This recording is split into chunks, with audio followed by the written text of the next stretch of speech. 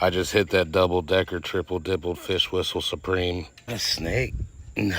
I wasn't even gonna go fishing, but that thing had me like... And I was straight dumbfounded. Got the urge to do a dangle in the dark. A late-night deli doob. Oh, I was trying to keep it real chill. What is that? Got a keeper bass on my earthworm. Little bitty tiny hook. Whoa. Let's see if I can flip him up here. Ah, dang, dude. I was looking for 4 heads. What? I'm feeling real chill, bro. Look how little that hook was I caught him on. Need some of that good bluegill booty. That's feeling more like it.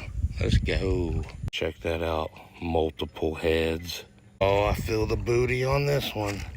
Something on that booty. Oh, well, it'll fry up. Get the meat. Just like that. Old Coleman. Crank dat. The girl. Check this out. Bluegill fillets, giant shrimp. What I did there, wrapped and stuck. Get the hot sauce on them. In the bag with the fry. Perfect freaking coat. Hey, girl.